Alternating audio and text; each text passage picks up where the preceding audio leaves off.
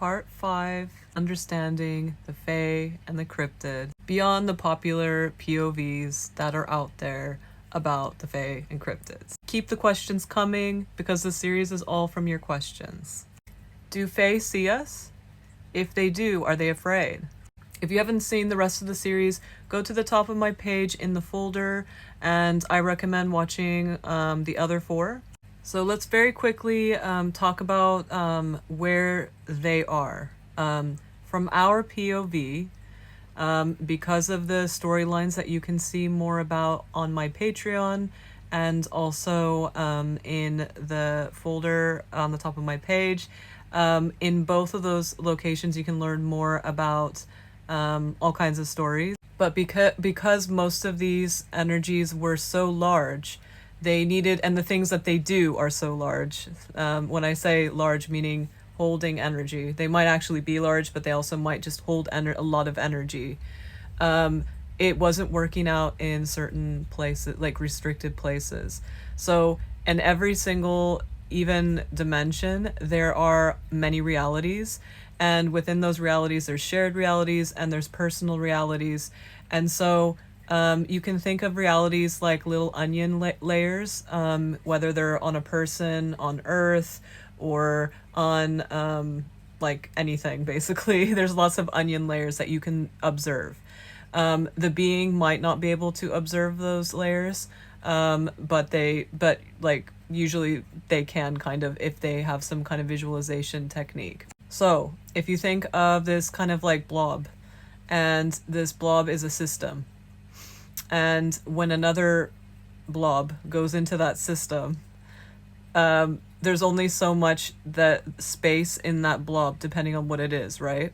So for example, if the Fae are very big and the rules of how much that blob can hold change and it becomes restricted, there needs to be a infinite way, like, which is like, you can think of it like another onion layer. So that blob has another onion layer where they can reside. And that will depend on what the energies that have the perfect balance of different parts of Earth and things like that can reside there. So these energies are so huge that from their POV, they might be seeing through our eyes or another version of themselves that is going all over the place. So I talk about POVs all the time, and a human, yes, they can temporarily see through other POVs or work on constantly having those POVs around. But when some of these, not all Fae, but some Fae have access to these all the time, they will be seeing all those, and they're their own energy. So if they have like some of their energy in a human, if they have all kinds of plants, nature, they can see through those POVs. So that's how it is from their point of view. They hold so much energy that, and they're all constantly not just looking at what's in front of them and living their life, they're also doing other things at the same time. And it's very hard to explain unless you practice that in a meditation. I will have meditation, guided meditation soon, to explore that in meditation. So energies like that, it will be very normal for them to do that. And so seeing any kind of different energies is going to be completely fine. Cryptids are different. They are supporting Earth. They are physical representations of Earth. Even if they have some kind of Fae thing going on and they support Fae, they still are also part of Earth. Whereas the Fae are still themselves. And some of them are also combined, but I would consider them cryptids. Anything that has a very earthly vibe is going to be a mix, so it's going to be a cryptid vibe.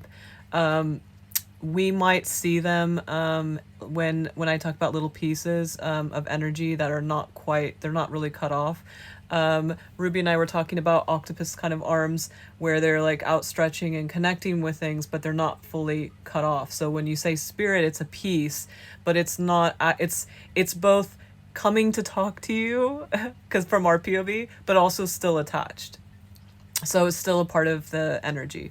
And the being does not have to be aware. If it's a large being, it's 100% aware. So like, let's say, for example, you would like to talk to one of your teams, and on that team, it was for a fight you had with a friend, and that friend does not engage with energy or notice what you notice. You're still going to talk to a piece of them. They're still alive and well, but you're going to talk to a spirit of them if they're a part of that team, if you want to. It might be other, energies. So the same goes with Fae. It's just like everything else, but the difference is you might actually be talking to something more conscious if it's a larger energy. If it's a cryptid, it's possible that you'd be talking to something where they're not really aware of it. Now, cryptids, yes, they can be afraid. I wouldn't say it's exactly like humans, but they'd be cautious, they'd be worried, they would be maybe curious, kind of check things out because they don't know what's going on. And the cryptid would be more popular for this possibility because they are all over the place. They don't always necessarily have to be, they like all over the place in a physical way. They don't have to be in soft spots, but they usually are in soft spots. And this has changed probably like within this year in this reality. The cryptids are able to get out of the soft spot areas. For more about soft spot areas, stay tuned for the glossary. Ruby and I are putting together a glossary. It will be free. I think you just have to sign up and then it will send you a PDF. And I might have little physical copies in the future. And it is to help understand the workbooks that I'll be making. It'll help all the videos I ever do. It'll help all the things on Patreon, all the classes on Patreon. And it will also explain where to go for more information. So that is very exciting and very helpful. So all these little terms they'll be ready to go. So if you come to a live, which is our Wednesday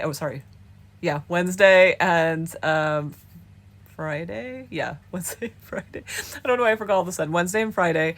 And when you go to the lives, you can have that little glossary handy, and you can either ask questions about that glossary, or you can, you can understand what we're talking about, or I can refer to that glossary. So as you can see, I think being afraid means being familiar that your energy is constantly in different POVs, which requires being a larger energy and having those POVs and access to those POVs. Just like, for example, me, it would be very hard for me to be scared. It would probably be a loss of something, or like a family member loss thing that would make me afraid or something. But seeing different energies is not fearful for me because I'm used to it. So I might be surprised or excited or interested, but I think being afraid means not lacking the POV for everyone. It doesn't matter what kind of energy you are.